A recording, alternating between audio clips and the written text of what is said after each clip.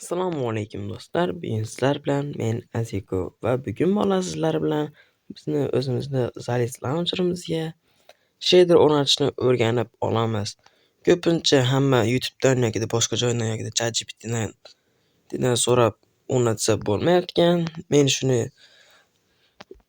yechimini topdim va bolalar bugun o'shani men sizlarga o'rgataman. Va birinchi o'rinda mana bu chekkada turgan nastroyka bo'limimizga o'tib olamiz. Va mana shu yerda mana shu renderga bosamiz. Sizda mana shu Gela Torres turgan bo'ladi. Buni esa Viral Gela renderga qo'yasiz. Chunki bu shader o'rnatishga yordam beradi va boshqa narsalarga tegmaysiz. Va bu yerdan chiqasiz. Va bolalar o'zingizlarga keyin kuchsizroq shader skachatga olishinglar kerak. Men sizlarga o'zim bu shaderlarni Telegram kanalimga tashlab qo'yaman. Va u yerdan siz bu shaderlarni yuklab olishingiz mumkin. Va biroz kutamiz. Va bolalar mana shu videomiz 100 ta like eksa, men skin o'rnatishni ham o'rgatib o'taman. Ko'pchilik bilmayotgan va Elibuydan qilmoqchi ekanman. Shunaqa ko'p ko'rdim, shunaqa problema bo'lyapti. O'zimda ham bo'ldi hattoki. Shuning uchun men uni osongina yo'lini topib qo'ydim.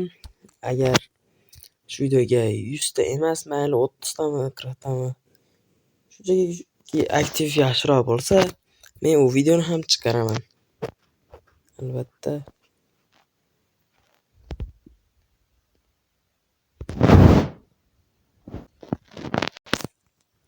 Va bolalar mana kirib ham oldik.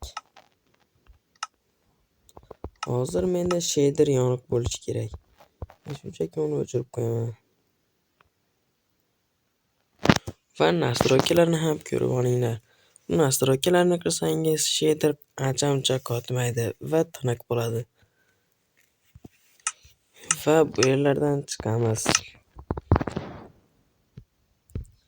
Va ko'pchilik aytayapti, bu Viral Gela renderga qo'ysangiz umuman olganda juda ham qotadi deyshati, lekin umuman unaqa emas. Mana menda o'zi 4 GB RAM bor xolos. 128 ga 4 telefonda o'ynayman men. Lekin ancha-muncha FPS normalniy. Va bolalar o'zlarim ko'ryapsizlar. Skinda ozroq muammo bor. Boshning orqasida. Mayli, hech narsa demaymiz. Hozircha bizda FPS past. Janklarning ochilishini kutamiz. Janklar ochilib ham bo'lgandan keyin shaderni qo'ysak bo'laveradi.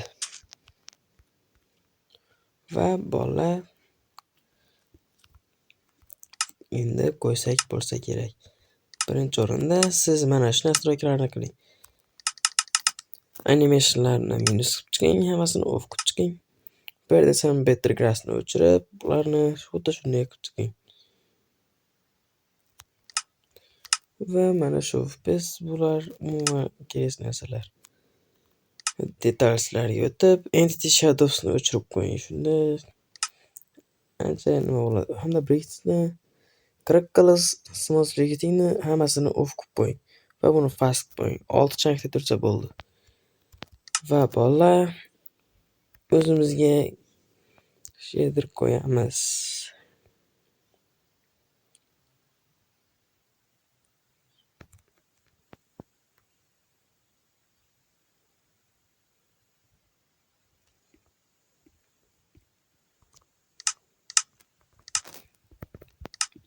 Va bolalar mana shaderimiz ham ishlayapti.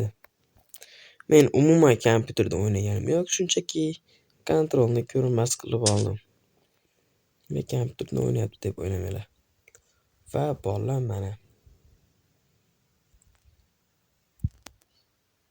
FPS ham normalniy. Agar sizniki Snapdragon bo'lishi mumkin yoki boshqa prosessoringizga bog'liq kuchliroq telefon bo'lsa, undan ham yaxshiroq FPS ushlab beradi. Va bizda 3 ta shader bor. Bizda koma qo'yilibdi. Chokapikka o'tkazamiz. Bu juda ham yengil shader. ko'rishingiz mumkin. FPS hozirgidan ancha balandroq. Suvlar uncha narsalar o'zgarmagan. Ammo shunaqa shamol esishi, shunga o'xshash boshqa narsalar bor mana.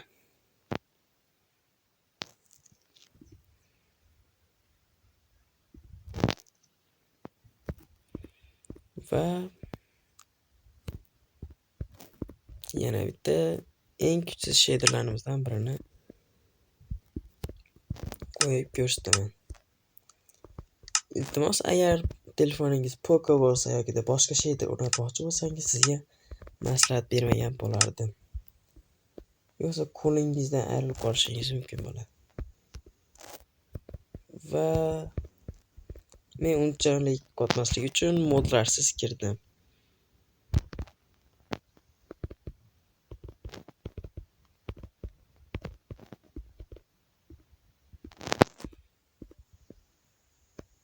Juda ham g'alati ko'rinadi. Shunaqa orqasida kapshon kasib bo'lishi kerak edi, lekin nimagadir menda ko'rinmayapti shunaqa. Mayli, endi boriga shukur qilamiz. Skin o'rnatish to'g'risini aytsam, juda ham problema bo'ldi. Ko'pchilik bilmayapti. Elibay boshqa balovatlardan akkaunt ochib boshqa qilib qiynalib yurmanglar. Shu videoga ancha-muncha like bersanglar, men o'zim chiqaraman. Va mana o'zinglar ko'ryapsizlar, ancha-muncha o'zinglar выживание qilib xohlaganinglarcha o'ynasanglar bo'ladi. Umuman olganda pashti qotmaydi agar normalniroq telefonda o'ynasanglar.